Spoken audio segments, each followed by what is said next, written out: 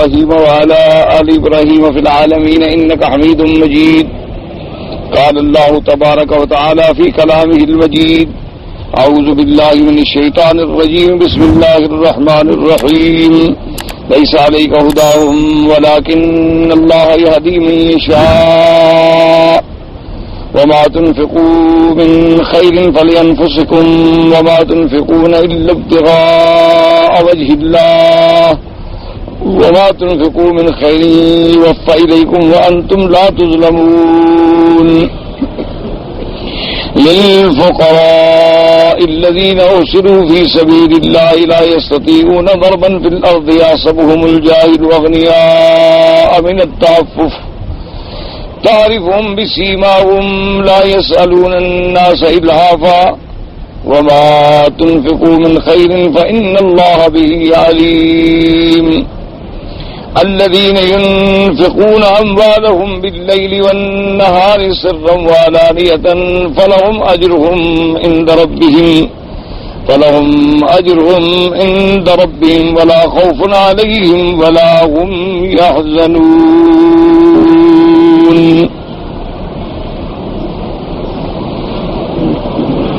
اللہ تبارک و تعالی نے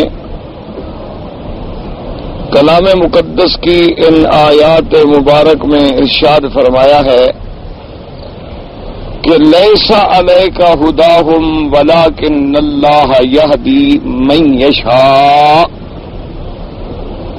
جیسا آپ الحمدللہ پچھلی کافی آیات میں انفاق فی سبیل اللہ کے بارے میں فضائل، اس کے احکام، اس کی تفصیلات، اس کے شرائط جو ہے پڑھ رہے ہیں، اور اللہ پاک نے اس صورت میں اس مسئلے کو بھی بڑا کھول کر واضح بیان فرمایا. کیونکہ اس کی وجہ ہی یہ ہے کہ دنیا میں حقوق جو ہیں وہ دو قسم کے ہوتے ہیں، ایک حقوق اللہ ہوتے ہیں اور ایک حقوق العباد ہوتے ہیں. ایک تو وہ حقوق ہوتے ہیں جو اللہ کے حقوق ہیں بندوں پر، اور ایک وہ حقوق ہوتے ہیں جو بندوں کے بندوں پر ہیں. تو اس لیے اللہ تبارک و تعالی نے اس مسئلے کو بھی بڑا خصوصی طور پہ بیان فرمایا ہے کہ اللہ کے راستے میں خرچ کرنا، زکوٰۃ ادا کرنا، صدقات واجبہ ادا کرنا، صدقات نافلہ کا دینا، پھر اس کے لیے احکام ہے کہ نیت خالص ہو، اس کے لیے احکام ہے کہ ریا نہ ہو، سمعت نہ ہو، شہرت نہ ہو، مال حلال ہو، خرچ کرنے کے بعد احسان نہ جتلائے، خرچ کرنے کے بعد کسی کو تانے سے، زبان سے، اشارے سے، کنائے سے تکلیف نہ پہنچائے. تو پھر یہ صدقات جو ہیں ان کا اللہ کے ہاں بڑا مرتبہ ہے، اور یہ اللہ کے غضب کو بجھانے والے ہیں، اللہ کی رحمت کو لانے والے. اور اس کے بعد پھر اللہ تبارک و تعالیٰ نے یہ مسائل بھی آپ نے پڑھ لیے کہ بعض صدقات ایسی ہیں جن کو کھول کے دینا جو ہے زیادہ بہتر ہوتا ہے، جیسے زکوٰۃ ہے، فرض ہے دینا ہے. یا کوئی مسلمانوں پہ مشکل کا وقت آ گیا، امیر المومنین نے چندے کا حکم دیا، تو اب آپ کھل کے دیں تاکہ دوسرے لوگوں کو بھی جذبہ پیدا ہو، دوسرے لوگوں کو بھی احساس ہو کہ انہوں نے بھی اس معاملے میں اللہ کے راستے میں مدد کرنی. اور بعض صدقات جو ہیں یعنی جہاں یہ ضرورت نہ ہو وہاں افضل یہ ہے کہ چپکے سے خیرات کی جائے، کسی کو پتہ نہ چلے، تاکہ ریاض سے بھی دور ہو جائے، سمعت سے بھی دور ہو جائے. یعنی اتنا چھپا کے دے کہ اگر دائیں ہاتھ سے دیا ہے تو گویا بائیں ہاتھ کو بھی پتہ نہ چلے. تو اس کے لیے اللہ نے فرمایا کہ بہت بڑی بہتری ہے، بہت بڑی خیر ہے، بہت بڑی رحمت. ان سارے احکام کے بعد بیان کر کے اللہ فرماتے ہیں کہ میرے مدنی محمد مصطفیٰ صلی اللہ علیہ وسلم لیس علیک ہداہم ولکن اللہ یہدی من یشاء. آپ پر نہیں ہے کہ آپ ان کو ہدایت دیں اور توفیق ہدایت دیں اور ہدایت پہ پہنچا دیں، بلکہ ہدایت دینا جو ہے وہ اللہ کے ہاتھ میں ہے جس کو چاہے. آپ کے ذمہ اتنی تھا کہ آپ نے کھول کر دلائل کے ساتھ ایک چیز بیان کر دی. اب بھی اگر کسی کو سمجھ نہیں آتا، اب بھی وہ اللہ کے راستے میں خرچ نہیں کرتا، بلکہ اللہ کے احکام کے خلاف خرچ کرتا ہے تو آپ غم نہ کریں، آپ کے ذمے ہدایت نہیں ہے، آپ کے ذمے تبلیغ ہے، آپ نے کر دی۔ ہدایت دینا، توفیق دینا جو ہے یہ اللہ کے ہاتھ میں ہے، اللہ جسے چاہے۔ آپ دیکھتے ہیں کہ بعض غریب لوگ ہوتے ہیں، انتہائی غریب لوگ، انتہائی مسکین لوگ، لیکن وہ اتنا بڑا کام کر جاتی ہیں کہ جو بڑے سے بڑے سرمایہ کار جو ہیں وہ بھی نہیں کر پاتے۔ غریب لوگ ہوتی ہیں، مسکین لوگ ہوتے ہیں، ان کی توفیق بھی نہیں ہوتی بیچاروں کی، لیکن وہ اپنے حلال سے جتنا ہی اللہ ان کو توفیق دیتے ہیں وہ ایک ایسی نیکی کی بنیاد رکھ دیتے ہیں کہ اللہ تبارک و تعالیٰ ان کی اس نیکی کو اتنا ثمر آور کر دیتے ہیں کہ بندہ حیران ہو جاتا ہے۔ یہ اسباب بنتے ہیں اور اللہ کی طرف سے بنتے ہیں، بندہ سمجھ ہی نہیں سکتا۔ میرے اپنے دوست ہیں، وہ پاکستان سے ہیں، اس منطقہ شمالی سے۔ انہوں نے ایک دفعہ ملاقات میں ذکر کیا کہ ہمارے ہاں ایک جگہ ہے، بے انتہا اہم جگہ ہے، کافی آبادی ہے، پھر بڑی سڑک ہے، لوگوں کا بڑا گزرگاہ ہے، اور خصوصاً گرمیوں کے زمانے میں جب لوگ آتے ہیں مدائن، کالام، بحرین، ادھر سیر کے لیے، تو سب کو وہاں سے گزرنا ہوتا ہے، اور وہاں ایک چھوٹی سی مسجد ہے، مسجد نہیں ہے، ایک چھوٹی سی مسجد ہے، اور وہ بھی اتنی چھوٹی سی اور پرانی اور ٹوٹی پھوٹی کہ مسافروں کے لیے بڑا مسئلہ ہے، کیونکہ خاص طور پہ ان سرد علاقوں میں تو اگر پانی گرم نہ ملے، جگہ نہ ہو تو آدمی نماز کیسے پڑھے؟ وہاں تو امتحان ہے۔ خیر اتفاق کی بات ہوتی ہے، تو میرا ہی ایک اور دوست ہے، ماشاءاللہ وہ بڑے اچھے خاصے امیر لوگ ہیں، بہت بڑے لوگوں میں ہیں، وہ بھی انہی دنوں میں رمضان المبارک کا مہینہ تھا، وہ بھی آئے ہوئے تھے، تو میں نے ان سے بھی کہا، میں نے کہا بھی ایسی بات ہے، آپ لوگ وہاں سیر پہ جاتے ہیں، تفریح کرنے کے لیے جاتے ہیں، اور گرمیاں گزارنے میں لاکھوں روپے اڑا دیتے ہیں، اللہ کا گھر ہے، اگر بن جائے تو لوگ نماز پڑھیں گے۔ میں نے کہا اچھا جی ٹھیک ہے، میں انشاءاللہ جاؤں گا، دیکھوں۔ انہوں نے خیر بڑی لمبی تفسیر ہے اس کی، جا کے موقع دیکھا، انہوں نے کہا بالکل ٹھیک ہے، جگہ بہت اچھی ہے، لیکن یہ جگہ تھوڑی ہے، چھوٹی سی مسجد ہے، اور جگہ اس کے ساتھ خرید لیں اور نقشہ بنائیں، اور اس پر جتنا مسجد کا خرچ ہوگا میں کر دوں۔ زمین خرید لی گئی، نقشہ بن گیا۔ اب انہوں نے اطلاع دی کہ جی وہ زمین بھی اتنے کی مل گئی ہے، اور یہ نقشہ ہے، اور اس پہ اتنے پیسے لگیں گے، تو انہوں نے 1,00,000 روپے بھجوا دیے اور کہا کہ اس سے زیادہ اب میں خرچ نہیں کر سکتا۔ اس وقت میں نے کہا تھا لیکن اب میرے حالات نہیں ہیں، کام کھٹائی میں پڑ گیا، 1,00,000 روپے میں تو زمین کی قیمت نہیں ادا ہو سکتی تھی، کہ جائے کہ مسجد کیسے بنے۔ انہوں نے پھر مجھ سے رابطہ کیا کہ جی وہ تو کام ایسے ہو گیا، وہ آپ کا دوست ہے، وعدہ بھی کیا تھا، بات بھی کی، لیکن اب انہوں نے تو یہ کر دیا ہے، تو آپ ان کو توجہ دیں۔ میں نے کہا چھوڑیں، اب اس کو کہنے کی ضرورت نہیں ہے، اس کو اللہ نے جتنی توفیق دینی تھی دے دی، بس ختم ہو گئی بات، اب بار بار کہنے سے کیا ہو جائے گا؟ تم چھوڑو۔ ہم لوگوں کی غلطی ہے کہ ہم نے بڑے لوگوں کا سہارا لیا کہ بڑا آدمی ہے، بس مسجد بن گئی، اللہ نے فرمایا دیکھو بن گئی، دیکھو کیسے بنتی ہے۔ میں نے کہا اب اس بات کو تم بھول جاؤ، بالکل کسی بڑے آدمی کو کہنے کی ضرورت نہیں، اور انشاءاللہ مسجد بن جائے گی، اللہ پاک رحمت کریں گے، بالکل فکر نہ کرو، یہ اللہ کا گھر ہے، ہمارے ذمہ ابتدا کرنی ہے، بنانا اس کا کام ہے، ہمارا تھوڑا ہے۔ چند دنوں کے بعد اس کا خط آیا کہ جی اللہ نے ایک اور آدمی پیدا کر دیا جس نے آ کے کام شروع کرا دیا ہے، ابھی اطلاع ماشاءاللہ عظیم الشان مسجد بن بھی گئی، لوگ نمازیں بھی پڑھ رہے ہیں، اور ماشاءاللہ سب کچھ کام بھی مکمل ہو گیا، اور پتہ بھی نہیں کیسے آیا، کہاں سے آیا، کس کس نے کیا، اللہ نے کر دیا۔ تو بعض اوقات جو ہے نا، یاد رکھو، چھوٹے چھوٹے لوگ، غریب لوگ ایک چھوٹے مدرسے کی بنیاد رکھ جاتے ہیں، اور آج وہ مدرسے جو ہے ماشاءاللہ بڑی بڑی یونیورسٹیوں سے بھی زیادہ کام کر رہے ہیں۔ بعض بالکل غریب لوگ، بالکل ہمارے احمد پور کے علاقے میں تھے، فوت ہو گئے، اللہ ان کی قبر پہ رحمت فرمائے، بالکل معذور آدمی تھے بیچارے، بعد میں یعنی معذور ہو گئے، اور وہ اتنی چھوٹی سی صندوق چی لے کے بس اسٹیشن پہ کھڑے رہتے تھے کہ بھئی مدرسوں کے لیے بابا کو پیسہ دو، اور شخص نے ایک ایک ڈھیلا، ایک ایک آنا، ایک ایک روپیہ، احمد پور شرقیہ میں معروف بات ہے، کوئی چھپی ہوئی بات نہیں، باولپور ڈویژن میں اس نے جناب کوئی 10 مدرسے بنائے ماشاءاللہ، اور عظیم الشان مدرسے، ایک ایک مدرسے میں 400 طالب، اور وہی وہ ایک ایک آنا اکٹھا کر کے سب کے خرچے پورے کرتا تھا۔ فوت ہو گیا تو مسئلہ بنا ہوا ہے کہ مدرسے کون چلائے، غریب آدمی، مسکین آدمی، لیکن ہر دینے والے کو پتا ہوتا تھا کہ یہ جو ہم 1 روپیہ دے رہے ہیں یہ ہمارا صحیح مقام پہ لگے گا، یہ بندہ صحیح ہے۔ تو اس لیے اللہ نے فرمایا میرے مدنی آپ کے ذمہ ہے کہ آپ تبلیغ فرما دیں، بلغ ما انزل الیک من ربک، جو ہم آپ کو حکم دیں آپ پہنچا دیں۔ جیسے دوسری جگہ فرمایا وما علیک الا البلاغ، آپ کے ذمہ یہ ہے کہ آپ امت کو بات پہنچا دیں بس۔ اب کسی کو میں دینے کی توفیق دوں تو میری مرضی، اور نہ دوں تو میری مرضی، ہدایت دوں تو میری مرضی، ہدایت نہ دوں تو میری مرضی۔ لیس علیک ھداھم ولکن اللہ یہدی من یشاء وما تنفقوا من خیر فلانفسکم۔ اللہ نے فرمایا کہ اے میرے بندو جو کچھ تم خیر کرتے ہو، اللہ کے راستے میں خرچ کرتے ہو، دراصل وہ تم اپنے نفسوں کی بھلائی کر رہے ہو۔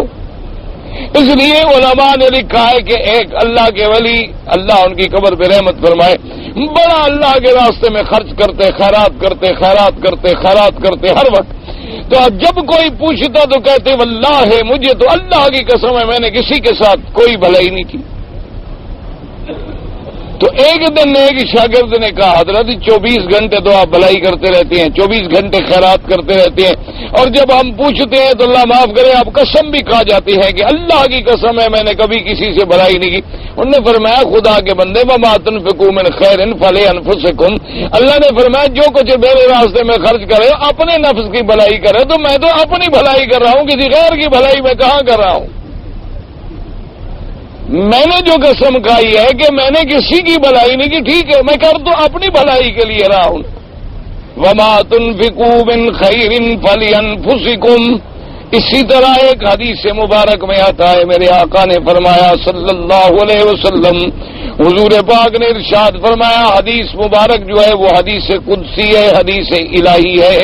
حضور نے فرمایا یقول اللہ تبارک و تعالی ارشاد فرماتے ہیں کہ میرے بندے، اللہ ارشاد فرماتی ہے کہ اے میرے بندو سنو کہ لو ان اولکم وآخرکم، تمہارا پہلا تمہارا بعد والا، اسی طرح حیکم ومیتکم، تمہارے زندہ تمہارے مردہ، رطبکم ویابسکم، تمہارے جوان اور تمہارے بوڑھے، کیونکہ جوان جو ہوتا ہے وہ تر و تازہ ہوتا ہے، بوڑھے جو ہیں پھر ہڈیاں بھی خشک ہو جاتی ہیں۔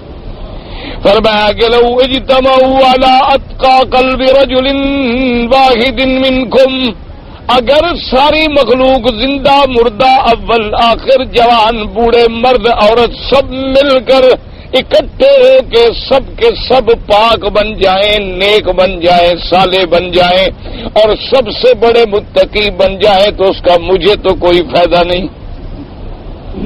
اللہ نے فرمایا مجھے تو کوئی فائدہ نہیں۔ اور اگر فرمایا تمہارے سارے بندے اول آخر جوان بوڑھے مرد عورت خدا نہ کرے سب کے سب سے بڑے شقی بن جائیں، تو میری سلطنت میں کوئی نقصان نہیں۔ اور اسی طرح حضور صلی اللہ علیہ وسلم نے فرمایا، اللہ پاک فرماتی ہیں کہ اگر میرے بندے جتنی میری مخلوق ہے اگر وہ سب کی سب ایک میدان میں فی صعید واحد، یعنی ایک کھلے میدان میں کھڑی ہو جائے اور ہر بندہ اپنی ہر تمنا مانگے مجھ سے جو مانگنا چاہتا ہے، یعنی ساری مخلوق جو اللہ نے پیدا کی ہے اول سے لے کر آخر تک، انسان بھی اور جن بھی، چونکہ حدیث میں لفظ آتا ہے ثقلین کا، اور ثقلین سے مراد جو ہے انسان و جن ہیں جو مکلف ہیں، فرمایا سب کے سب ایک میدان میں آ جائیں اور ہر بندہ جو چاہتا ہے مانگے، یعنی جو اس کی تمنا ہے مانگے، اور فرمایا میں ہر بندے کو جو مانگے وہ دے دوں، تو میرے خزانے قدرت میں اتنی بھی کمی نہیں ہوگی جیسے کوئی شخص ایک ابرا لے لے، ایک سوئی لے لے، ان کا مصف البحر، اس سوئی کو دریا میں ڈالے اور پھر سوئی کو نکال لے، تو فرمایا کتنا سمندر کا پانی کم ہوگا؟ صحابہ نے فرمایا کچھ بھی نہیں۔ فرمایا اسی طرح اگر ساری مخلوق کو اس کا ہر مانگا ہوا بھی دے دوں تو میرے خزانے میں اتنی کمی بھی نہیں آ سکتی، اتنی کمی بھی میرے خزانے میں نہیں آ سکتی جتنی اس سوئی کی وجہ سے۔ بعض علماء نے فرمایا چلو سوئی کو تو کچھ نہ کچھ پانی لگا، کوئی نسبت بھی ہو سکتی ہے دریا کے پانی کے کم ہونے کی، اللہ کے خزانے تو اتنے بڑے ہیں کہ ان میں ختم ہونے کا کوئی سوال ہی پیدا نہیں ہوتا۔ خزائن السماوات والارض، آسمانوں اور زمینوں کے خزائن کے مالک ہیں وہ اللہ۔ تو اس لیے پروردگار عالم نے فرمایا کہ جو تم بھلائی کا کام کرتے ہو اس کا فائدہ تمہیں پہنچتا ہے، اور جو برائی کا کام کرتے ہو اس کا وبال بھی تم پہ گرتا ہے۔ اس لیے ورنہ اللہ تو غنی ہے، اللہ کو تو کسی چیز کی ضرورت نہیں۔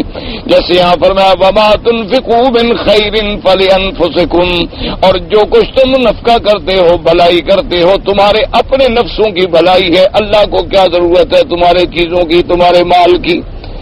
جیسے اللہ نے دوسرے مقام میں فرمایا لن ینال اللہ لحومہا ولا دماؤہا، اللہ نے فرمایا جو تم قربانی کرتے ہو میرے نام پہ، مجھے نہ اس کا گوشت پہنچے، نہ اس کے کوئی جانور کا کھال بال، کسی چیز کی کوئی حاجت نہیں، نہ اللہ کو پہنچتی ہے، بلکہ اللہ یہ دیکھتے ہیں کہ میرے بندے نے نیکی اور تقوی اختیار کیا ہے کہ نہیں کیا۔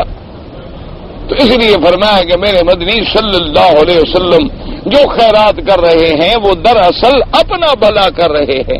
اچھا خدا کی قدرت ہے دین میں بھی اپنا بھلا، دنیا میں بھی اپنا بھلا، آخرت میں بھی اپنا بھلا۔ اچھا خدا کی قدرت ہے جو سخی آدمی ہو نا جی، یعنی سخاوت کرنے والا جو بندہ ہے، خدا کی قدرت ہے اللہ اس کو دنیا میں بھی بدلا دیتے ہیں، کبھی وہ بھوکھا نہیں رہتا۔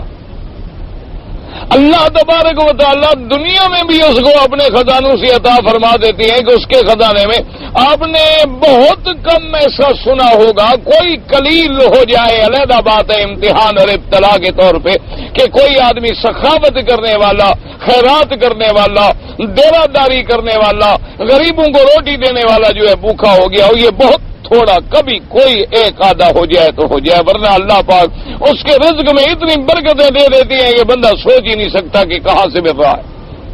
اس لیے فرمایا وما تنفقوا من خیر فلانفسکم وما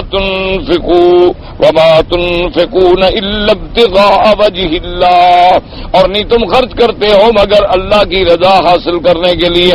وما تنفقوا من خیر یوفى الیکم وانتم لا تظلمون، اور جو تم خیر کرو گے، خرچ کرو گے، وہ تمہیں پورے کا پورا لوٹا دیا جائے گا، اور ہرگز تم پہ ظلم نہیں ہوگا کہ کوئی گھاٹا ہو، نقصان ہو، نہ۔ جتنا خرچ کرو گے اللہ دیں گے، بلکہ 10 گنا دیں گے، 700 گنا دیں گے، اور چاہے تو اس سے بھی زیادہ عطا فرما دے، لیکن شرط یہ ہے کہ اللہ کے راستے میں تم کر کے دیکھو، اللہ کے راستے میں تم ذرا ایک قدم بڑھا کے تو دیکھو گے پھر اللہ کتنی رحمتیں فرماتے۔ اور اس کے بعد فرمایا للفقراء الذین احصروا فی سبیل اللہ لا يستطيعون ضربا في الارض يحسبهم الجاهل اغنياء من التعفف۔ اللہ پاک نے فرمایا کہ وہ فقراء مراد کون ہے؟ الذین احصروا فی سبیل اللہ، فقراء سے مراد مہاجرین، سب سے پہلے تو مہاجر ہیں، اس کے بعد پھر قیامت تک جو بھی آئے گا، کیونکہ جب قرآن نازل ہوا تو اس زمانے میں مخاطبین اور جن کے احوال ہیں وہ مہاجر و انصار ہیں، لیکن قیامت تک حکم عام ہے۔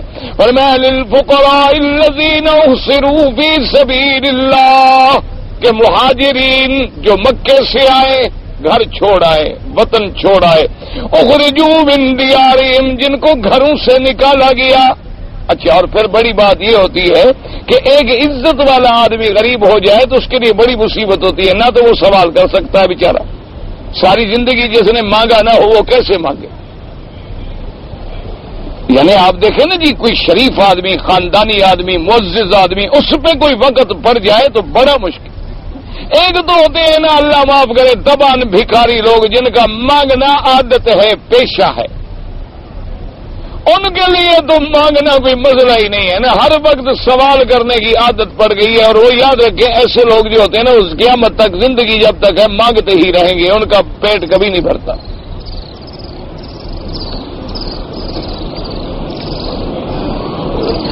اور جو خاندانی لوگ ہیں وہ کیسے سوال کریں؟ اب جو لوگ مہاجر ہوئے مکہ مکرمہ سے، عزت والے، شرف والے، بڑے لوگ، گھر گیا، وطن گیا، سب کچھ گیا، مدینے میں آ گئے، اب بیچارے بیٹھے ہوئے ہیں، کہیں جا بھی نہیں سکتے، کیا کریں؟ کوئی پیسہ ہے جو کمائیں؟ کیا کمائیں؟ جائیں تو کہاں جائیں؟ کہاں نکلے؟ اسی لیے آج کل آپ نے دیکھا ہوگا نا جی، ایک تو ہوتا ہے نا سب سے بڑا اعلیٰ طبقہ امیر لوگوں کا، اچھا ایک ہوتا ہے بالکل نچلا طبقہ غریب لوگوں کا جو بیچارے پسے ہوئے ہیں، ہاری ہیں، مزدور ہیں، غریب ہیں بیچارے۔ ایک ہوتا ہے جس سے آج کل کی زبان میں کہتے ہیں مڈل کلاس، یعنی متوسط طبقہ، درمیانہ طبقہ۔ تو سب سے زیادہ مشکلات جو ہیں اس درمیانہ طبقے کے لیے۔ چلو غریب مزدوری تو کر لے گا، ریڑھی لگا لے گا، کوئی اسٹیشن پہ جا کے کلی بن جائے گا، کسی کا سامان اٹھا لے گا، کچھ کر لے گا۔ ایک متوسط طبقے کا آدمی یہ بھی نہیں کر سکتا، مزدوری بھی نہیں کر سکتا، بھیک بھی نہیں مانگ سکتا، وہ کہاں جائے غریب؟ اس کے لیے تو بڑی مشکل ہوتی ہے۔ اس لیے یہ طبقہ جو ہے نا بہت زیادہ پس جاتا ہے، ان کے لیے بڑے مشکلات ہوتے ہیں۔ اس لیے اللہ نے قرآن میں سب سے پہلے ان کا ذکر کیا کہ وہ لوگ فقراء بھی ہیں اور بند بھی ہیں، اللہ کے راستے میں اپنے آپ کو انہوں نے بند کر دیا ہے۔ اب ان کے پاس طاقت بھی نہیں، لا یستطیعون ضربا فی الارض کے سفر کریں، تجارت کریں، کہیں جائیں، کہیں باہر سے کچھ لے آئیں، کہاں جائیں؟ کچھ ہوگا تو تجارت کریں گے۔ اور پھر فرمایا دوسرا مسئلہ یہ ہے کہ جو ان کو نہیں جانتا وہ دیکھتا ہے ماشاءاللہ یہ تو بڑا غنی آدمی ہے، کیونکہ جو شریف لوگ ہوتے ہیں، عزت والے لوگ ہوتے ہیں، وہ بظاہر ایسے رہتے ہیں ماشاءاللہ، کپڑے دھو کے صاف کر کے بڑے وقار سے رہتے ہیں کہ دیکھنے والے کو یہ معلوم ہوگا کہ یہ تو کوئی کروڑ پتی آدمی ہے، ماشاءاللہ یہ تو بڑا لاکھوں پتی آدمی ہے۔ اس کو یہ سمجھ بھی نہیں آ سکتی کہ یہ غریب ہے یا مسکین ہے، کیوں ہاتھ وہ نہیں پھیلاتا، رہتا استغنا کے ساتھ ہے۔ اب کسی کو کیا پتہ چلے کہ ہاتھ پھیلانے کی ان کو عادت ہی نہیں۔ میں نے آپ کو پہلے بھی بتایا تھا، میرے والد رحمت اللہ علیہ کے بھی استاد تھے حضرت شیخ عبید اللہ سندھی رحمت اللہ علیہ، جنہیں تاریخ نے امام انقلاب کا لقب دیا۔ وہ اسی پہاڑ پہ جبل ابی قبیس پہ کافی عرصہ جو تھے مکہ میں زندگی گزاری، تو والد صاحب ان کے پاس پڑھنے کے لیے جاتے تھے، تو فرماتے تھے کہ حجت اللہ البالغہ اور سورت تحریم سے سورت والناس تک قرآن کی تفسیر جو ہے میں نے ان سے پڑھی۔ بہت بڑے عالم تھے اور شاہ ولی اللہ محدث دہلوی رحمت اللہ علیہ کی طرز پہ اللہ کے قرآن پڑھانے والے تھے۔ والد صاحب فرماتے ہیں اس وقت والد صاحب عالم تھے، والد صاحب خود حرم میں پڑھاتے تھے، مدرس تھے۔ فرماتے ساری دنیا کی تفسیریں جو مل سکتی تھیں ہم تیار ہو کے مطالعہ کر کے جاتے کہ آج استاد سے یہ سوال پوچھیں گے اور آج یہ سوال پوچھیں گے، لیکن جب حضرت بیٹھتے اور تقریر فرماتے معلوم ہوتا کہ ابھی خدا نے ان کے دماغ میں کوئی بات ڈالی ہے، ہمارے سوال بھی سارے ختم ہو جاتے اور پتہ بھی نہیں چلتا تھا کہ کون سی کتاب سے حضرت بیان کر رہے ہیں۔ ساری تفسیریں تو ہم نے دیکھ ڈالی ہیں، ان میں تو یہ بات ہے نہیں۔ اتنا بڑا علم اللہ نے دیا تھا۔ والد صاحب فرماتے ہیں ایک دفعہ ہم گئے اور آخری عمر میں وہ گالیاں بہت دیتے تھے، طبیعت میں خشکی ہو گئی تھی اور غصہ جلال بہت زیادہ ہو گیا تھا، تو بہت گالیاں دیتے، اللہ معاف فرمائے، اور گالیاں بھی ایسی دیتے تھے خدا خیر کرے شاگردوں کو ماں بہن کی۔ آج تو اللہ معاف کرے جی، شاگرد کو اگر آدمی ٹیڑھا ہاتھ دے نا دوسرے دن کہتا ہے میں سبق نہیں پڑھتا، استاد نے عزت ہی نہیں کی۔ آج تو شاگرد یہ چاہتا ہے کہ میں جب آؤں استاد کھڑا ہو جائے، میرا استقبال کرے استاد۔ اور والد صاحب فرماتے ہم پڑھنے جاتے تھے تو غصہ بھی یوں ہوتا تھا جلال کے کبھی کبھی فرماتے غصہ جو آ جاتا تو ایک گھنٹہ ویسے ایک گھنٹہ بیٹھے گالیاں دے رہے اور کہہ رہے ہیں تو انگریز کے خلاف تم نے کیا کیا، تم مولوی ہو بس لوگوں کا مال کھا رہے ہو، چندے کھا رہے ہو، کفر کے خلاف تم نے کیا کام کیا، یہی بس مسئلے لوگوں کو بتا رہے ہو، یہی دین ہے، بس شروع ہو جاتے پھر گالیاں دینے۔ اور چھوٹی چھوٹی سی بات پہ فرمایا کہ بارش ہو گئی تھی قدرت سے، میں گیا تو کہنے لگے کہ آج میرا دل کرتا ہے کہ میں آپ کو چائے پلاؤں۔ میں نے کہا ٹھیک۔ ہمیں پتا تھا کہ جلال والے آدمی آگے کوئی بات کر نہیں سکتا، آدمی کہا ٹھیک ہے جی۔ اب وہ بیچارے آگ جلائیں، حضرت خود آگ جلے نہ، لکڑیاں گیلی ہو چکی تھی، بس کہتی ہیں مجھے پتہ نہیں کیا غلطی ہوئی، میں گیا، میں نے کہا حضرت میں آگ جلا لیتا ہوں، بس غصے میں میں نے تمہیں کہا کہ چاہے میں پلاتا ہوں تو بیٹھے رہو، تم ادھر آئے کیوں؟ یعنی اتنی چھوٹی سی بات پہ بھی وہ گالیاں دیتے تھے۔ خیر فرماتے ہیں ایک دفعہ میں گیا پڑھنے کے لیے تو حضرت تشریف نہ لائے، میں نے کہا کوئی کام ہو گیا ہوگا آج نہیں آئے، دوسرے دن گیا تو حضرت نہیں آئے، تیسرے دن گیا تو حضرت پڑھانے نہ آئے اپنے کمرے سے باہر۔ تو پھر ان کے ساتھ جو ان کا ایک ساتھی رہتا تھا ان سے میں نے پوچھا کہ بھی خیریت ہے، 3 دن ہو گئے استاد تشریف نہیں لا رہے، اس نے کہا کسی کو بتانا نہیں، 3 دن سے حضرت فاقے کے ساتھ ہیں، کھانے کو کچھ نہیں ملا، صرف پانی پی پی کے نمازیں پڑھ رہے ہیں اور اب اٹھنے کی طاقت نہیں رہی، بیٹھ کے نماز ادا کر رہے ہیں، تو وہ باہر پڑھانے کے لیے کیسے آئیں؟ تو فرماتی ہیں غریبی کا دور تھا، میں نے بڑی مشکل سے کہتی ہیں کوشش کی، ادھر بھاگا، گھر گیا، دوستوں کے پاس گیا، ادھر ادھر 10 ریال مجھ سے بنے۔ اس دور میں 10 ریال سارا دن میں ڈھونڈتا رہا اور سارے دوستوں کے پاس گیا، کسی سے نصف ریال، کسی سے ربع ریال، کسی سے آدھا ریال، یوں کٹھے کر کے 10 ریال بنے، میں جا کے حضرت کے خادم کو دے آیا اور میں نے کہا کہ بھی بتانا بھی نہیں ہے اور حضرت کے لیے کھانا وانا سامان لے لو۔ اس زمانے میں 10 ریال کا بھی بڑا ماشاءاللہ سامان اتنا مل جاتا تھا کہ مہینے کا کھانا پک جاتا تھا۔ والد صاحب فرماتے ہیں کہ دوسرا دن تھا یا تیسرا دن تھا، میں حرم میں داخل ہو رہا تھا اور حضرت طواف کر کے حرم سے نکل رہے تھے، دروازے میں ملاقات ہو گئی، دیکھا تو کہا ادھر آؤ خیر محمد، کہنے لگے 10 ریال تم نے دیے تھے میرے خادم کو؟ میں نے کہا جی ہاں، میں نے کہا کیا استاد ہیں، استاد کے سامنے کون جھوٹ بولے؟ میں نے کہا جی ہاں میں نے دیے تھے۔ کہا سب سے پہلے تو یہ اپنے 10 ریال لے لو، اور دوسری بات ہے کہ آئندہ خبردار کبھی جرت نہ کرنا مجھے پیسے دینے کی، میں نے پیسے لینے ہوتے تو انگریز مجھے اربوں ڈالر دیتے تھے، میں ان سے سودا کر لیتا، اس طرح میں پڑا رہتا پہاڑوں پر بھوکا۔ اگر دولت ہی لینی ہوتی تو مولوی خیر محمد بھر میں بہت لیتا، یہ 10 ریال میں بیچتے ہو اپنے استاد کو، خبردار آئندہ تم نے 10 ریال مجھے دی۔ یہ اللہ کا امتحان ہے، اللہ بھوکا رکھنا چاہتا ہے تو ٹھیک ہے، ہم بھی بھوک مرنے پہ راضی،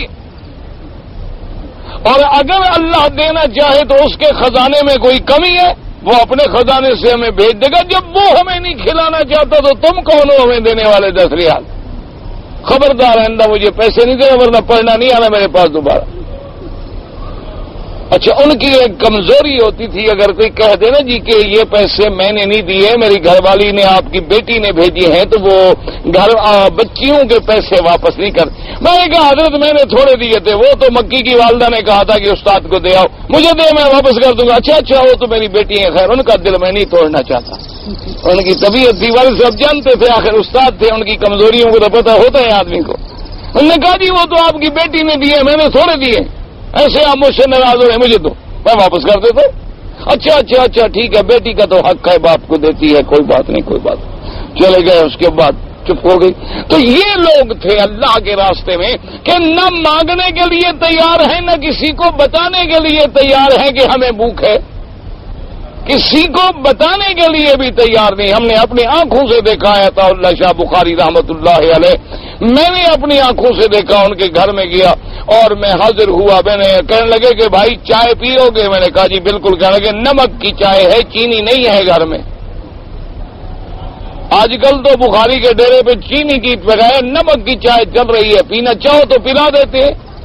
میں نے کہا اچھا حضرت مجھے اجازت دے، میں شہر میں جا کے ابھی چینی لے آتا ہوں۔ کہنے لگے اتنا اگر غیرت اور حیا تھی تو آتے ہوئے لے آتے۔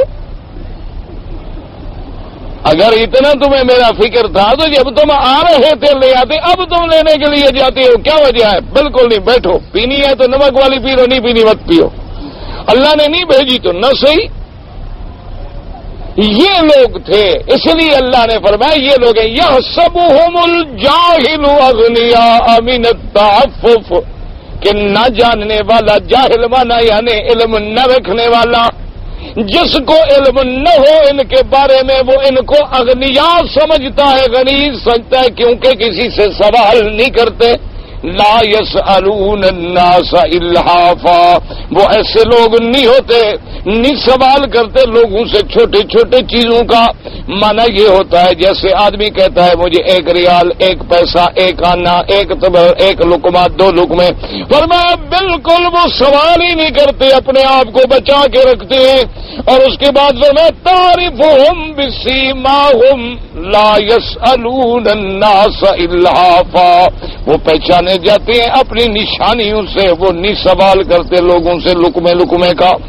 اور اس کے بعد فرماتے ہیں وما تنفقوا من خیر فإن اللہ بہ علیم، اور اللہ فرماتے ہیں کہ جو کچھ تم خرچہ کرتے ہو، خیرات کرتے ہو، خیر سے اللہ اس کے جاننے والے ہیں۔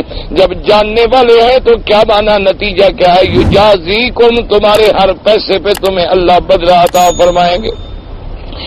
اور آگے فرمایا کہ وہ لوگ الذین ينفقون اموالهم باللیل والنہار سرا وعلانیۃ، اور فرمایا وہ لوگ ایمان والے جو خرچ کرتے رہتے ہیں، ينفقون دے دیے، ولا خوف علیہم، ان کو قبر کا، حشر کی سختی کا بھی کوئی ڈر نہیں ہے، کیونکہ ایسے لوگ جب فوت ہوتے ہیں اللہ کے فرشتے آ کے ان کو خوشخبری دے دیتی ہیں، تتنزل علیہم الملائکہ اللہ تخافوا ولا تحزنوا وابشروا بالجنۃ التي كنتم توعدون، اور غم ہوتا ہے پیچھے والوں کا، اللہ نے فرمایا ان کا بھی غم نہیں جو پیچھے چھوڑ کے اپنے اہل اولاد جا رہے ہیں، چونکہ اللہ ان کی بھی حفاظت کرے گا، ان پر بھی اللہ پاک اپنی رحمتیں فرمائے گا۔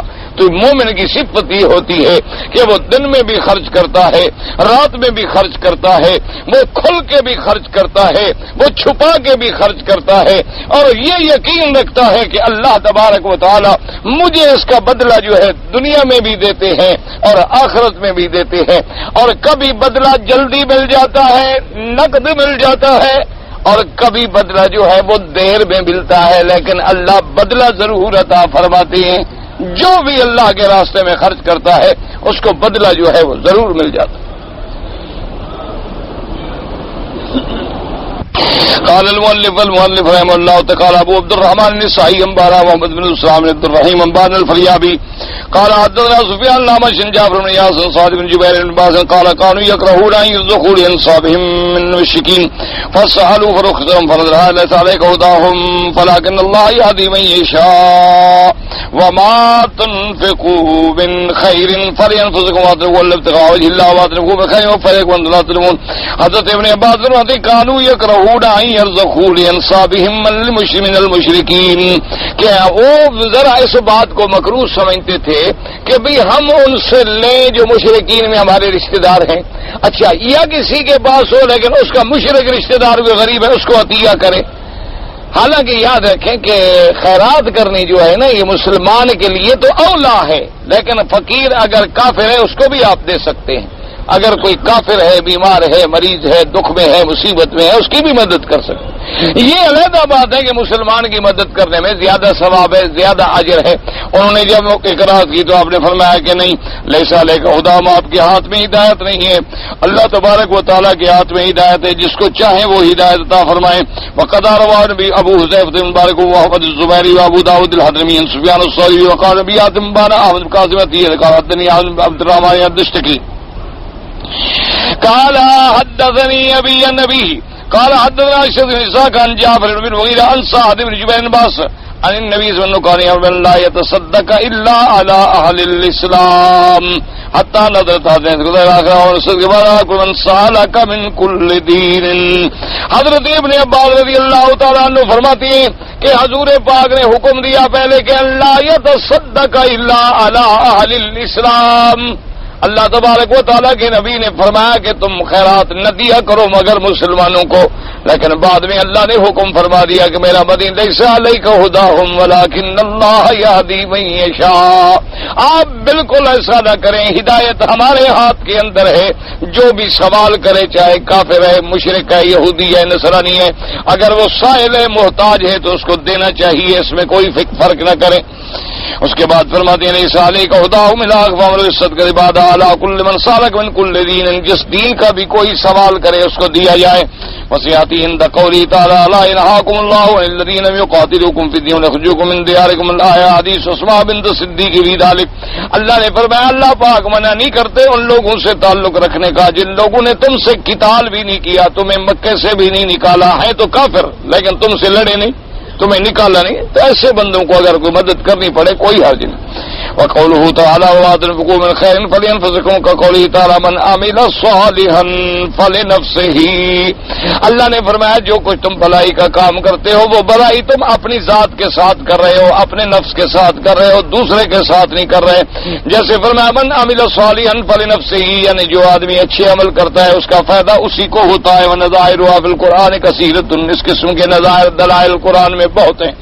وقوله تعالی وما تنفقون الا ابتغاء وجه الله قال الحسن البصري نفقة المؤمن نفسه ولا ينفق المؤمن اذا انفق الا ابتغاء وجه الله. حضرت حسن بصری فرماتے ہیں کہ مومن جو اپنے نفس پہ خرچ کرتا ہے اور مومن نہیں خرچ کرتا مگر اللہ کی رضا حاصل کرنے کے لیے، اور کوئی طمع نہیں ہوتا اور کوئی لالچ نہیں ہوتی.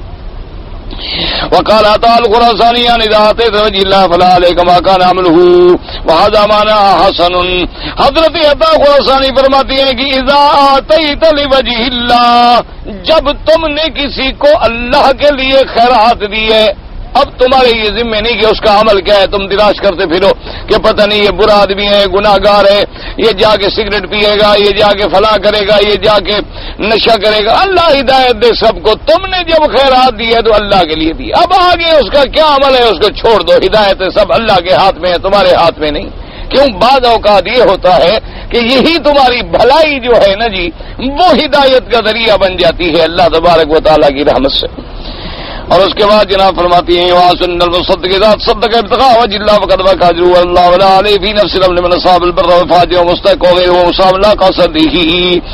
اب مفسر رحمۃ اللہ علیہ فرماتی ہیں کہ خلاصہ کیا نکلا اس ساری آیت کا اور بحث کا، أَنَّ الْمُتَصَدِّقَ إِذَا تَصَدَّقَ، خیرات کرنے والے نے جب خیرات کی ہے اللہ کی رضا حاصل کرنے کے لیے تو گویا اس کا اجر اللہ پر اپنی رحمت سے اللہ کے ذمے ہو گیا. اب اس کے یہ ذمہ داری نہیں کہ اس نے جو خیرات کی ہے تحقیق کرتا پھرے کہ یہ بر ہے یا فاجر ہے، نیک ہے یا برا ہے، اچھا ہے یا بھیڑا ہے. اللہ تیری نیت کو دیکھیں گے کہ تم نے کس نیت سے دیا. تم نے دیا ہے اللہ کی رضا کے لیے، بس تمہارا ثواب تو پکا ہو گیا. آگے وہ بندہ اچھا ہے یا بندہ اچھا نہیں، ہاں تمہارے دینے میں ہی نیت بھیڑی ہے تو وہ تو پھر اللہ جانتے ہیں. جیسے آج کل اکثر لوگ ہوتے ہیں نا، اللہ معاف کرے کہیں دیکھ لیتے ہیں کسی کے گھر میں اللہ معاف کرے کوئی رشتہ بیٹھا ہو تو پھر وہاں بڑی نیکی کرتے ہیں، بڑی خیراتیں پہنچاتے ہیں ماشاءاللہ. کیوں اصل لالچ کیا ہوتی ہے کہ بھی اس کی لڑکی بیٹھی ہے کسی طرح پھر ہماری بات چیت بن جائے. اسی طرح اللہ معاف کرے کوئی عورت بیوہ ہو جائے تو اگر نوجوان بیوہ ہو تو پھر مسلمان بڑی خیرات پہنچاتا ہے، بوڑھی ہو تو پھر نہیں پہنچاتا. بوڑھی کس کام کی کیا کرے گا؟ نوجوان ہو تو پھر روزانہ دروازے پہ چل جائیں گے جی کوئی خدمت میں بالکل حاضر ہوں، ہر وقت تیار ہوں انشاءاللہ. اصل مقصد تو اللہ دلوں کو جانتے ہیں، وہ تمہارے کھوٹ جانتے ہیں کہ تم کیا کر رہے ہو اور کیا چاہتے ہو. ہاں اگر تم نے اللہ کے لیے دیا ہے، آگے بندہ اچھا نہیں وہ جانے، اس کا کام جانے. ہمارے ذمہ یہ تھوڑا ہے ہم ڈھونڈتے پھریں اس کو، یہ ہم بلا وجہ کسی کے گناہوں کو دیکھتے پھریں اور اس کے پیچھے تجسس کرتے پھریں.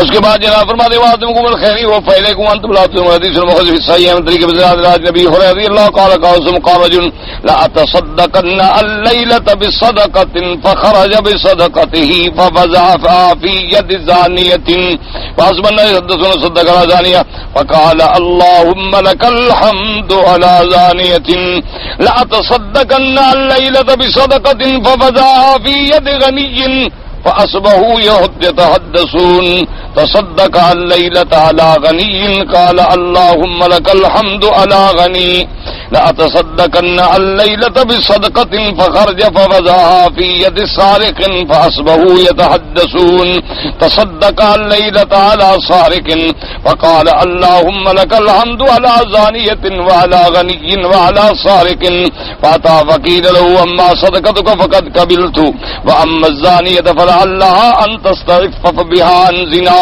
ولعل الغني يعتبر فينفق مما أعطاه الله ولعل السارق أن يستعف بها من أن سرقته. اب جناب مفسر رحمت اللہ علیہ روایت فرماتی ہیں صحیحین کے اندر یہ حدیث موجود ہے. امام مسلم رحمت اللہ علیہ نے بھی روایت نقل فرمائی ہے. حضرت ابی ہریرہ فرماتی ہیں کہ ایک آدمی نے کہا لا تصدقن اللیلۃ صدقۃ. ایک آدمی نے کہا کہ یا اللہ آج رات میں چپکے سے صدقہ کروں گا, خیرات کروں گا, کسی کو پتہ نہ چلے. رات ہوگی کسی کو پتہ نہیں ہوگا. تو آوے دے گا, عورت جا رہی تھی اس کو دے دیا. اس کو پتہ نہیں تھا کہ یہ عورت تو زانیہ ہے, یہ تو زنا کی اپنے شکار کی تلاش میں پھر رہی تھی. خیر وہ تو چلے گیا. تو جب صبح ہوئی تو اب آہستہ آہستہ بات چل پڑی. انہوں نے کہا دیکھو جی اچھی خیرات کی, کیا خیرات کرنے کے لیے اور دے آیا زانیہ عورت کو جو زنا کراتی ہے. تو نے کہا الحمدللہ اللہ تیرا شکر ہے, جو تو نے لکھا میں تو اس نیت سے نہیں کیا تھا, آپ جانتے ہیں میں تو خیرات کرنے کی آگے ایک عورت آ گئی میں نے دے دیا. اچھا دوسری رات پھر نکلا کہ چلو بھائی آج پھر خیرات کرتا ہوں. دوسری رات جب خیرات کرنے کے لیے گیا تو آگے جو بندہ آیا اس کو پکڑا دیا. وہ غنی آدمی تھا, امیر آدمی تھا, پیسے والا آدمی تھا, فقیر تھا نہیں. صبح لوگوں میں شروع ہو گئی پیسے کے, دیکھو جی اچھا خیراتیں کرتا ہے, وہ غنی کو دے آیا, امیر آدمی کو دے آیا. امیر آدمی جس کو پہلے پیسوں کی ضرورت نہیں, اس نے کہا الحمدللہ اللہ غنی, اللہ تیری مرضی, تو نے میرے سامنے وہ بندہ بھیج دیا, میں نے اس کو دے دیا. اب مجھے تو پتہ ہی نہیں تھا کہ غنی ہے, امیر ہے, غریب ہے, میں نے تو اللہ کے راستے میں خیرات دے دی. اچھا اس نے کہا تیسری رات چلو بھائی آج پھر ہم خیرات کریں گے. تیسری رات جب خیرات کے لیے نکلا تو آگے جو آدمی ملا اس کو دے دیا. وہ چور تھا, چوری پہ جا رہا تھا, اس نے چور کو دے دیا.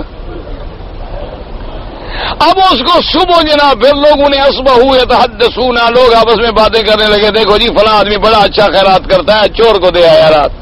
تو اس کو جب پتہ لگا اس نے کہا الحمدللہ اللہ سارقین, اللہ تیرا شکر ہے میرے نصیب میں ہوئی چور آگے تھا تو میں کیا کرتا, میں تو تیرے لیے خیرات کرنے کے لیے نکلا تھا نا, آگے بندہ چور ٹکر گیا تو میں کیا کروں. اس کے بعد اللہ تبارک و تعالی نے فرمایا کہ میرے بندے میں نے تیرے سارے خیراتیں قبول کر لی ہیں. تو نے جو صدقہ کیا میں نے قبول کر لیا.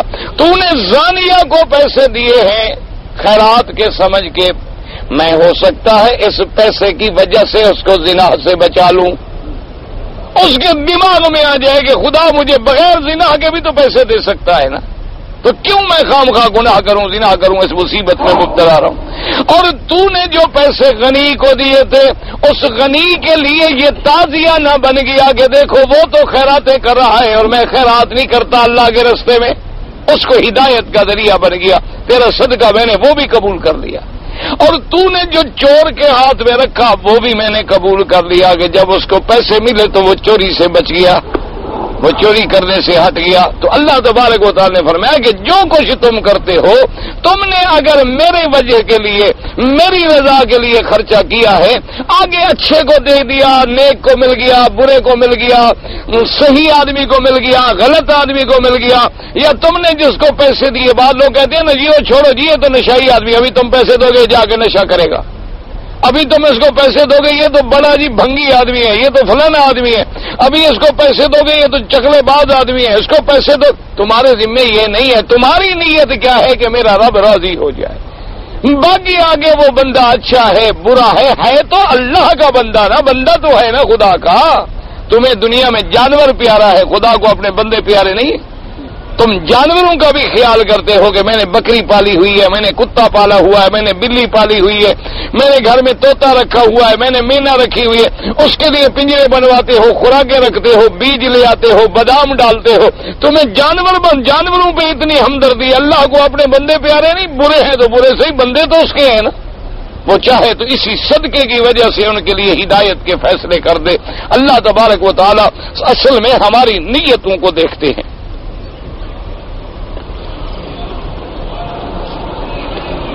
اپنی عورت کو اپنا سگا بھتیجا بھانجا، بھتیجا یعنی بھائی کے بیٹے، یہ سب سے پردہ کرنا چاہیے۔ بی بی اسماء کا ام المومنین بی بی عائشہ سے کیا رشتہ تھا؟ چونکہ اخبار میں سوال ہے تو جواب میں دوں، پیسے آپ لیں گے؟ اچھی بات ہے، تم نے اچھا ڈھونڈ رکھا ہے مولوی کے سوال اخبار میں پڑھ کے انعامی بانڈ پر کر کے انعام تو تم لیتے رہو اور سوال مجھ سے پوچھتے رہو۔ اتنا ہمیں بھی پتا ہے کہ ہم بھی اخبار پڑھتے رہتے ہیں، صرف اپنی کتابیں تو نہیں پڑھتے۔ ویسے بہن تھی بی بی عائشہ کی۔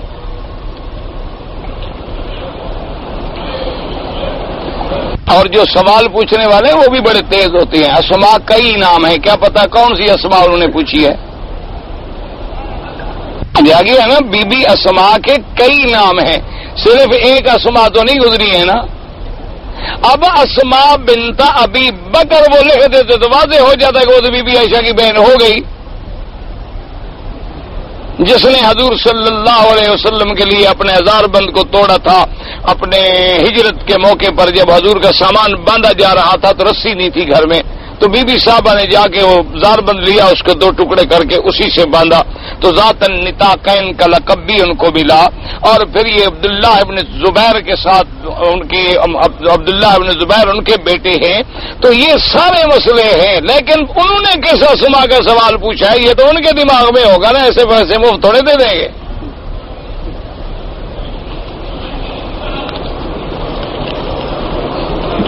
عصر مغرب کے درمیان یا فجر کے بعد احناف کے نزدیک نفل نہ پڑھیں، باقی ائمہ کے نزدیک حرم میں جائز ہیں۔ حج بدل جو ہے وہ زندہ کے لیے بھی ہو سکتا ہے، اگر معذور ہے خود نہیں کر سکتا ہو سکتا ہے، مرنے والے کے لیے بھی ہو سکتا ہے۔ اسی طرح جب حج ہو سکتا ہے عمرہ بھی ہو سکتا ہے۔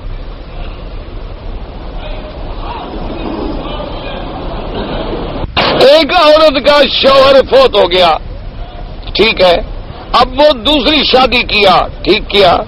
ایک لڑکا تھا جبکہ 2 سال کا تھا، وہ بھی جوان ہو گیا۔ اب ماں لڑکا کے لیے کوئی سحر کر رہی، سحر اچھا جادو اللہ معاف کرے، کہ تمہارے باپ کا جائیداد کا ہمارا بھی حصہ ہونا چاہیے۔ تو ٹھیک ہے نا بابا، اگر اس کا شوہر فوت ہو گیا تو اس شوہر کی جائیداد کا حصہ بھی نہیں ملے گا، اس بیوی کو ملے گا، ٹھیک تو کہتی ہے بھئی۔ ایک عورت کا شوہر فوت ہو گیا، طلاق تو نہیں دی گئی نا، فوت ہو گیا، فوت ہو گیا، اس کی جائیداد کی وارث ہے وہ۔ اب بیٹا اس وقت چھوٹا تھا، 2 سال کا تھا، بیٹا بڑا ہو گیا، اب بیٹے کے بعد جائیداد آ گئی تو ماں کو دے نا، وہ ٹھیک تو کہہ رہی ہے، وہ غلط تو نہیں کہہ رہی۔ اب تم نہیں دیتے ہو، ہاں باقی رہا جادو وادو کرنا، جادو کرنا کرانا حرام ہے، لیکن جو شریعت میں اس کا حق بنتا ہے وہ اس کو دیا جائے۔ تیرے بچے بیمار ہیں، اللہ پاک شفا عطا فرمائے، دعا کریں جن کے بھی بچے بیمار ہیں اللہ سب کو شفا دے اور سب کی بیماریاں دور فرمائے، اور اللہ پاک نوجوانوں کو ظاہری باطنی روحانی جسمانی سب بیماریوں سے محفوظ فرمائیں۔ کہتے جی کہ غسل جنابت جو ہے واقع ہے، مثلا ایک آدمی اپنی میاں بیوی کے ساتھ لیٹا، اب اس کو غسل کرنا ہے، لیکن گھر میں ایک جانور تھا وہ مر رہا ہے، اگر وہ وضو کرے یا غسل کرنے کے لیے جائے تو جانور جو ہے مردار ہو جائے گا، تو ذبح کر لے، بالکل کر لے، کافر تو نہیں ہو گیا؟ بیوی کے ساتھ لیٹنے سے آدمی کافر ہو جاتا ہے؟ اللہ کے بندے کو غسل جنابت ہے، کوئی بات نہیں، بعد میں کر لے، کوئی ہر چیز ذبح کر دے، کوئی فرق نہیں پڑتا، مسلمان ہے، غسل کرنے سے کیا ہو جائے؟ اسی لیے یہ بیچارے غسل کے بعد کلمہ پڑھتی ہے نا، سمجھتے ہیں کہ پہلے کافر ہو گیا، اب میں لا الہ الا رسول، لا الہ الا رسول۔ خدا کے بندے کو غسل جنابت سے، یعنی پھر تو آدمی بیوی کو روز ملے تو روز کافر بنتا رہے۔ اچھا نکاح کیا آدمی نے،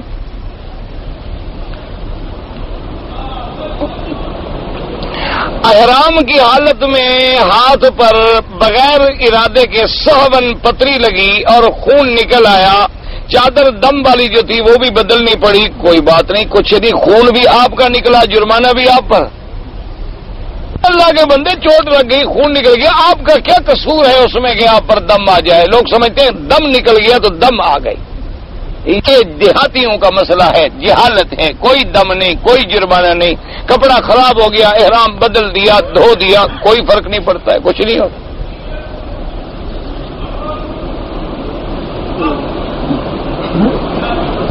بعض علماء کہتی ہے کہ یمین سے مراد جو ہے اپنی ذات ہے، اور شمال سے مراد جو ہے اس سے بیوی پہ خرچ کرنا مراد۔ یہ کسی نے بھی نہیں کہا، جس علماء نے کہا ہے لے آؤ دکھاؤ مجھے، کہاں لکھا ہے؟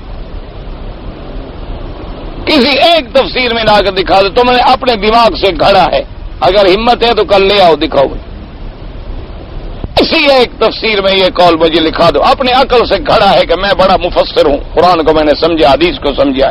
اسی طرح آدمی اپنی باتیں جو دماغ سے کرتے ہیں نا، بھٹک جاتے ہیں راستے سے۔ کسی نے بھی یہ نہیں کہا ہے، نہ حضرت ابن عباس نے، نہ اکرمہ نے، نہ رحاق نے، نہ سدئی نے، نہ مجاہد نے، نہ حسن بصری نے، کسی کا قول نہیں ہے۔ اگر ہے تو لے آؤ۔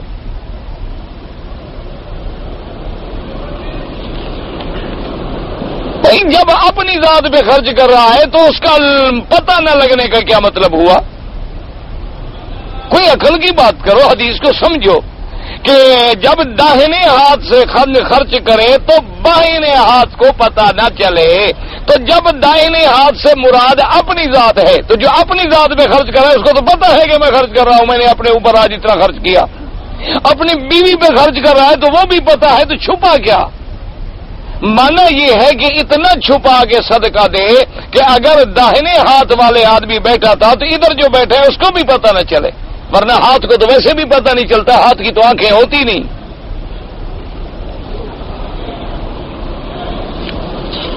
آج کل بڑے بڑے مسئلے پیدا ہو گئے نا جی، اللہ پاک رحمت کرے، کئی پروفیسر پیدا ہو گئے، کئی مفسر قرآن پیدا ہو گئے، ایسے ایسے قرآن کو بگاڑ کے پیش کر رہے ہیں، نعوذ باللہ نعوذ باللہ۔ اللہ ان کی بھی ہدایت کے فیصلے کرے، اللہ ہماری بھی ہدایت کے فیصلے کرے۔ ڈر لگتا ہے، ایسے ایسے ایسے ایسے قصے بیان کر رہے ہیں، ایسے ایسے۔ اگلے دن مجھے سنایا ایک بڑے آج کل پروفیسر صاحب بڑے لمبے چوڑے اشتہار نکالتے ہیں، بڑے قرآن فہمی کے دعوے کرتے ہیں کہ انا آتینا کل کوثر کا ترجمہ یہ کیا کہ کوثر سے مراد یہ ہے کہ اللہ نے فرمایا مدنی محمد مصطفیٰ میں خود خدا جو ہے نا، میں نے اپنی ذات بھی تجھ کو دے دی ہے، تمہارا بن گیا۔ کوثر کا معنی خدا ہے۔ آگے لوگ بیٹھے ہوتے ہیں جاہل ہو، کہتے ہیں سبحان اللہ، دیکھو جی یہ ہے عاشق رسول، دیکھا خدا کو چپراسی بنا دیا، نبی کا عاشق ہے نا کہ نہیں؟ یہ نہیں پتا کہ کافر ہو گیا۔ جب دینے والا اپنی ذات کسی کو دے دے تو اس کے بعد اس کے پلے میں کیا رہا؟ اس ترجمے سے تو آدمی ایمان سے نکل جاتا ہے، کافر ہو جاتا ہے۔ اللہ کے بندے سارے مفسرین نے لکھا ہے اور تفسیر موجود ہے، انا آتینا کل کوثر پہ حضرت ابن عباس کی تفسیر موجود ہے، خلفائے راشدین کی تفسیر موجود ہے۔ اس سے ہٹ کر یہ مانا کرنا کہ اللہ نے فرمایا ہم نے آپ کو دے دیا اور سب دے دیا، اور کوثر کا میں خود خدا بھی میں نے بھی اپنے آپ کو تیرے حوالے کر دیا، اب خدا خود نبی کے حوالے۔ انا للہ و انا الیہ راجعون۔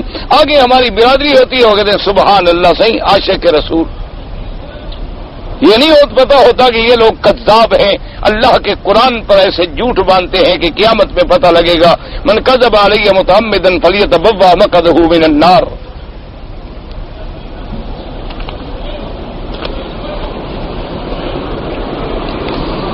میں جس پیشاب کی تکلیف ہوئی صفا مروہ دوڑتے ہوئے، میں جلدی سے حمام گیا، لیکن چونکہ مجھے شدید پیشاب کی تکلیف تھی تو کچھ میرے پاؤں پہ گر گیا اور کچھ میرے کپڑوں کو لگ گیا۔ میں نے پھر کپڑے دھوئے، پاؤں دھویا، سب کو دھویا، وضو وغیرہ کر کے ٹھیک ہو گیا، کوئی بات نہیں، کچھ بھی نہیں ہوا، کوئی جرمانہ نہیں۔ ایک دوست کو دیکھا گیا کہ وہ تنیم بھی نہیں جاتا، جرانہ بھی نہیں جاتا، اپنے گھر سے احرام باندھتا ہے، تو اپنے گھر سے احرام باندھتا ہے، تو دوست کو دیکھا گیا، تو دوست جانے اس کا کام جانے، تمہیں کیا تکلیف ہے؟ باقی یاد رکھو حج کا احرام گھر سے باندھا جاتا ہے، عمرے کے لیے حد احرام سے باہر جانا ضروری ہے، احناف کا یہ مسئلہ ہے۔ باقی اگر کسی اور مفتی صاحب کا یا بعض اہل حدیث علماء کے نزدیک اپنے گھر سے بھی احرام باندھ کے عمرہ ہو سکتا ہے، وہ جانے، ان کا کام جانے، کسی پہ اعتراض نہ کرو۔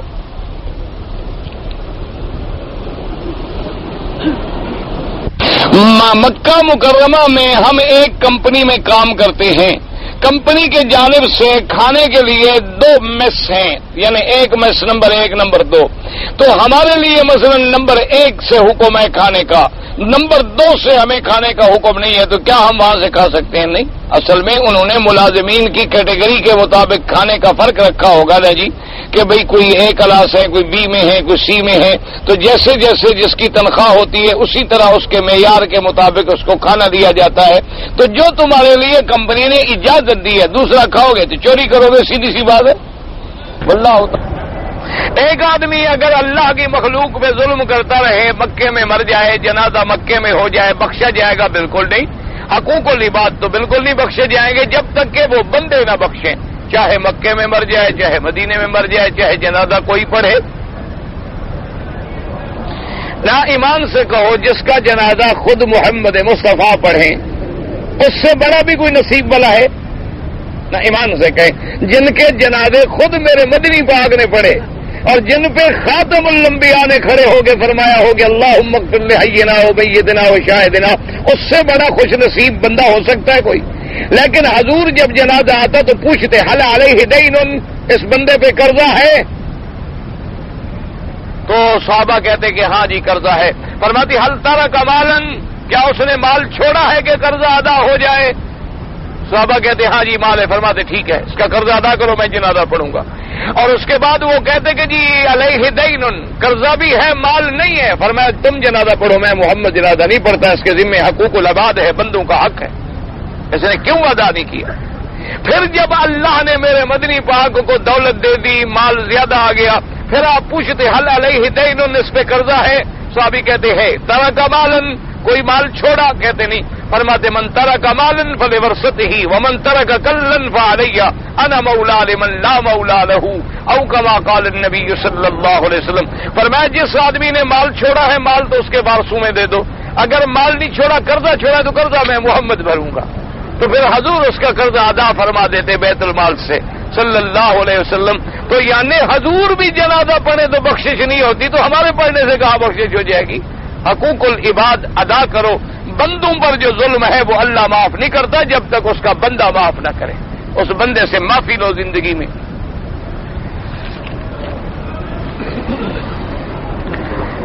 چوتھی دوسری رکعت چھوٹ گئی، بعد میں کھڑے ہو گئے پوری کر لو۔ واجب طواف مغرب کے فرضوں سے پہلے اذان کے بعد پڑھ سکتے ہیں۔ نماز جنازہ میں حنفی مسلک پر سلام 1 پھیروں یا 2 پھیروں، 2 پھیریں۔ حضرت محمد مصطفیٰ صلی اللہ علیہ وسلم کے نام پہ عمرہ حج کروں آپ کریں، اس کے بعد دعا کر لیں۔ مکان پہ جماعت کرا کے تراویح پڑھ سکتے ہیں، لیکن مسجد قریب ہو تو مسجد کو آباد کریں۔ اگر مسجد نہیں ہے تو پھر اپنے گھروں میں۔ آج کل ہمارے یہاں بھی رواج ہو گیا، جتنے بڑے آدمی ہیں مسجدیں چاہے قریب بھی ہوں، ایک قاری کو بلا لیا حافظ کو، اس کو تاکہ جی پتہ لگے کہ صاحب کے گھر پہ ماشاءاللہ نماز ہوتی ہے، بڑے دیندار ہیں، سال میں تو فرض نہیں پڑھتے لیکن رمضان میں تراویح بھی پڑھتے ہیں۔ ایسی تراویح کا کوئی فائدہ نہیں، دھیلے کا بھی فائدہ نہیں۔ ایک بات یاد رکھو، جو آدمی فرض نماز نہ پڑھے تراویح پڑھنے کا کوئی فائدہ نہیں۔ اگر مکان حدود حرم میں ہو، جماعت کرا کے مکان پر نماز پڑھی جائے تو 1 لاکھ کا ثواب ملے گا، بالکل ملے گا، لیکن مسجدوں کو نہ چھوڑو۔ حدود حرم کی ہر مسجد میں 1 لاکھ ملے گا، بالکل ملے گا، 1 لاکھ نہیں 25 لاکھ ملے گا، یہاں پڑھو گے تو 27 لاکھ ملے گا۔ اگر شوال کے مہینے میں نے عمرہ کر لیا تو حج میں قربانی دینی پڑے گی، بالکل دینی پڑے گی انشاءاللہ، پھر آپ کا حج تمتع ہوگا، چونکہ اشہر حج جو ہیں حج کے مہینے شوال میں شروع ہو جائیں گے۔ اسلام میں سب سے پہلے کون تھے جن کا خون بہا؟ پہلے تو آدم کا بیٹے کا ہوا، اور پھر سب سے پہلے بی بی سمیہ شہید ہوئی۔ اگر ہاتھ اٹھا کے دعا مانگیں اور پھر منہ پہ پھیریں جائز ہے، بغیر ہاتھ اٹھا کے مانگو تب بھی جائز ہے، ہاتھ اٹھا کے مانگا منہ پہ نہیں پھیرا تب بھی جائز ہے، کوئی بات نہیں، یہ سب طریقے حدیث میں موجود ہیں۔ اچھا جی، میں اگر احرام میں بیٹھوں اور مجھے احتلام ہو جائے، ابھی بیٹھے نہیں ہے، پیش کی مسئلہ پوچھ رہا ہے، ابھی اعتکاف بھی نہیں بیٹھا، ابھی سے اس کا ارادہ ہے کہ جب اعتکاف بیٹھوں گا تو احتلام مجھے ہو جائے گا۔ یا بیمار ہوتا ہو بیچارے کو، بہرحال تم چپ کر کے باہر جا کے غسل خانے میں کپڑے دھو سکتے ہو۔ اگر آدمی اعتکاف کی وجہ سے گرمی کے لیے نہائے نہیں، بغیر ضرورت کے نہیں، کوئی مجبوری ہو جائے تو پھر نہانے کے لیے جائے۔ احرام کی حالت میں آدمی بازار میں جا کر صابن فروٹ خریدے، اسی لیے اعتکاف بیٹھ رہے ہو کہ فروٹ خریدا کرو گے؟ اللہ کے بندے بیٹھ رہے اعتکاف رہے ہو، فروٹ خریدنے جاؤ گے بازار میں، کیوں؟ تم اعتکاف بیٹھ جاؤ، فکر نہ کرو، اتنے فروٹ ملیں گے تمہیں کبھی گھر میں بھی نہیں ملے تھے۔ جو اللہ کے در پہ بیٹھتا ہے اس کو اللہ بھیجتا ہے۔ اعتکاف کا معنی یہ ہے کہ سب چھوڑ کے خدا کے گھر میں بیٹھ جاؤ، بغیر کسی ضرورت کے باہر نہ نکلو، بغیر ضرورت کے بات نہ کرو۔ یہ سمجھو کہ اللہ میاں اب ساری میں رسیاں توڑ کے کشتیاں جلا کے تیرے دروازے پہ آ کے پڑ گیا ہوں، اب تو میں لیے بغیر نہیں ٹروں گا، میں تو تیری رحمتیں لے کے جاؤں گا۔